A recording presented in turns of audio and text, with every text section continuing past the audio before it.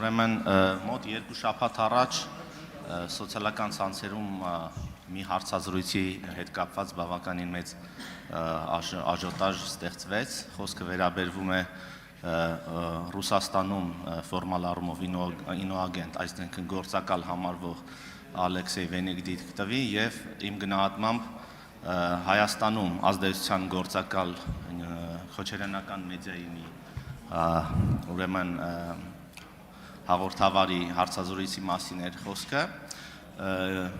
եւ մի հետաքրքիր իհարկե դա հարցազրույցեր են մասին թե ինչպես չի կարելի հարցազրույց անել, բայց ինչեւ է մի հետաքրքիր հարց հնչեց այդ որտեղ ըստ իս մի ամբողջ մտածողություն է պարփակված հարցը հետեւյալն էր որն է ավելի կարեւոր պետությունը անկախությունը թե ժողովրդավարությունը իհարկե պատասխանողը ճշգրիտ պատասխան տվեց բայց իմ կարծիքով սա ուղղակի մեկնաբանումն է մի շարք այսինքն խորհրդարանական եւ արտախորհրդարանական մի շարք քաղաքական ուժերի մտածելակերպի որ ժողովրդավարությունը եւ պետությունը պետականությունը կարող են իրար ինչ որտեղ հակադրվել այն իմաստով որ ժողովուրդը կարող է գիտակցված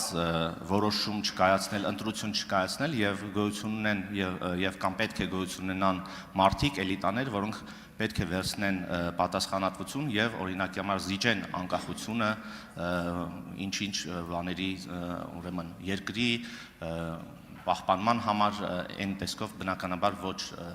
անկախ պետության տեսքով, բայց ինչ որ ձևով պահպանման համար կարող են լինել մարդիկ, որ կարող են նման որոշումներ կայացնել։ Սա մի մտածողություն է, որ ես կարծում եմ ամբողջությամբ նկարագրում են նախկիններին եւ վերջերս դուք արտահայտվել եք ասելով, որ բավական է մենք խոսենք նախկիններից, բայց ես կարծում եմ, որ նախկինների շնորհակալություն հեսա ավարտում եմ նախկիններին հիմնականում ավելի շատ բնութագրում է հենց այս մտածելակերպը, որը նույնիսկ իշխանություն չեղած շատ քաղաքական ուժերի է վերաբերում։ Հարցին պատասխանի վարչապետ Նիկոլ Փաշինյանը։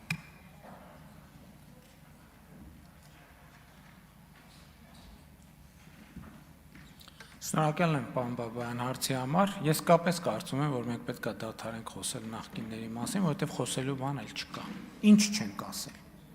Հիմա այս Ղարաբաղի հարցի փաթեթն էլ որ հրապարակել ենք, այդ դրա մասին է, որ խոսելու բան ընդհանրապես չկա, որովհետև ասում եմ, ինչ հարցել տան, բացառված է, որ այդ ընդհանրապես որևէ նյուանսի վերաբերյալ վերջին 5 տարվա ընթացքում մանրամասն խոսացած չլինեմ։ Այդ փաթեթի հրապարակումը իմ դիտանկյունից ընդհանրեն նրա համար է, որ ես ասեմ, այ որ ասում էի այդ դա այս տողում է, մյուսը այն տողում է, երրորդը այն տողում է, չորրորդը այն տողում է, հինգերորդը այն տողում է։ Բայց հիմա ձեր հարցի հետ կապված երկու բան ասեմ, նախ հարցազրույցը ես չեմ նայել եւ սովորաբար չեմ մեկնաբանում այն ինչ որ չեմ նայել, չեմ լսել, բայց վստահելով ձեր վերարտադրությանը, ես կարող եմ ասել, որ դա զարմանալի բան չկա, որովհետև 98 թվականին ձեր նշած շրջանակը եւ ձեր նշած անձը, երբ որ նախագահի տեխնացու էր առաջադրվում եւ այն ժամանակ հարց կար սահմանադրության հետ համապատասխանության, քաղաքական այդ նույն ուժերը ասում էին ազգային շահերը ավելի բարձր է, քան սահմանադրությունը։ Որովհետև այսինքն ինչ են ասում, ձեր ասացի գիծն է պետության եւ այսինքն այդպիսի մենք որ ասում ենք հայրենիքը պետությունն է, իրանք ասում են վայ հայրենիքը պետությանն են ուզում սահմանադրել, բանանեն, հակադրել։ Իսկ իրենց ամբողջ գաղափարախոսությունը պետությունը դնել մի կողմ եւ կենտրոնանալ ամեն ինչի վրա, բացի պետությունից։ Մեր ռազմավարությունը, որը մենք էլ ենք բավականին երկար ժամանակ իներցիայով այդ տրամաբանության մեջ եղել։ Մեր ռազմավարությունը ինչի մեջ է, որ այո կամ բազմաթիվ կարևորագույն հարցեր, ազգային բնույթի, մշակութային բնույթի, պատմական բնույթի, հումանիտար բնույթի, բազմաթիվ չափազանց կարևոր հարցեր, բայց մենք ասում ենք չափազանց կարևոր հարցը գիտակցելով, առերեսվելով կենտրոնում պետք է լինի պետական շահը եւ պետությունը։ Պետությունը եւ պետական շահը։ Պետությունը եւ պետական շահը։ Պետությունը եւ պետական շահը։ Մնացածը այո, դա չի նշանակում, որ մնացած հարցերը կարևոր չեն։ Դա նշանակում է, որ պետությունը եւ պետական շահը գերկարևոր են, առավել քան կարևոր են, ամենակարևորն են, գերադրական կարևորն են։ Եվ հետեւաբար մենք մեր քաղաքականությունները հասկանալու կամ ըմբռնելու համար սա է պետք ֆիքսել։ Պետությունը եւ պետական շահը։ Մնացած բազմաթիվ տասնյակ հազարավոր կարևոր շատ կարևոր հարցեր կան, բայց գերկարևոր հարցերի հարցը պետությունն է եւ նրա շահը։ Եվ մենք գերկենտրոնացած ենք պետության եւ նրա շահի վրա, Հայաստանի Հանրապետության եւ նրա շահի վրա։ Արձագանք։ Շնորհակալություն։ Ես ուզում եի ասել, որ այո, այդ նախկիններին, որոնց մասին պետք չի խոսել եւ ոչ միայն նախկիններին, կան ցավոք սրտի այդպիսի քաղաքական ուժեր, անձիկ, որոնց մտածելակերպն այն է, որ ժողովուրդը պետության շահի մասին չի մտածում եւ կամ ժողովուրդը կարող է սխալ ընտրություն կատարել եւ դրա համար է, որ պետք է հենվել ինչ որ ուժերի արտաքին կամ ներքին ուժերի վրա եւ այդպես առաջնորդվել եւ բոլոր ուրեմն նախկին առաջնորդների եւ հարցազրույցներում տարբեր ելույթներում ակներև է դառնում դրանց խոսքից, որ մեկը չի ուզում ժողովրդի հետ հանդիպել, հավես չունի հանդիպելու ընդհանրապես, մյուսը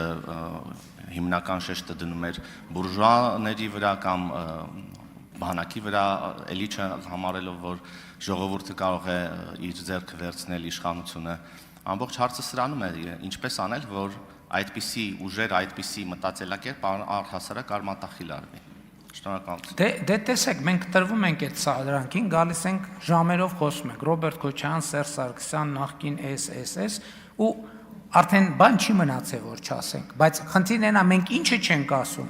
Օրինակ մենք չենք կենտրոնանում այն հարցի վրա, որ մենք այս տարի էլ 500 կիլոմետր ճանապարհ կառուցեցինք։ Այս ընթացքում հազարավոր կիլոմետրեր ճանապարհներ են կառուցել, դպրոցներ են կառուցել, կրթության ոլորտում խորը բարեփոխումներ են կարել, մանկապարտեզներ են կառուցել եւ այդպես շարունակ։ Գալիս ենք Ռոբերտ Քոչարյան, սեր, ինչ ասես։ Իմ կարծիքով, այսինքն, եթե 2021 թվականին ընտրություններ էր, խորհրդանական ընդդիմություններ, որը եկել էր քաղաքական իշխանափոխություն անելու օրակարգով եւ ինչ որ առումով դեռ կարելի էր որ քաղաքական մրցակից եւ մրցակցություն համարել, ես կարծիքով իրանք մրցակից չեն այլևս։ Շատ վաղուց մրցակից չեն։ Այսինքն այդ բանը անընդհատ հոգեդարձությամբ զբաղվել, դա խնդիրն է նա, որ այսինքն մենք լիքը բազմաթիվ ուրիշ ռազմավարական ասելիքներ ունենք, որը չենք ասում միայն այն պատճառով, որ ստիպված ենք ապացուցել ակնհայտը։ Ստիպված ենք ապացուցել ակնհայտը եւ այնինչ ապացուցված է։ Բայց էլի ասում եմ, ես չեմ բացառում, ես այլի հարցեր են ընջելու, էլի պետք է պատասխանենք, չեն կարա ինչ որ բան տող կարդան, ես գամ ասեմ, գիտեք, ինչ 500 կիլոմետր ասֆալտ են կառուցել, adekvat չի, չնայած այսօր փորձեցի բանից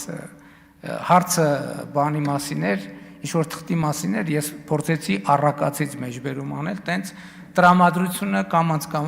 փորձում եմ եւ դիտանկյունը կամած փորձում եմ փոխել։ Շնորհակալ եմ։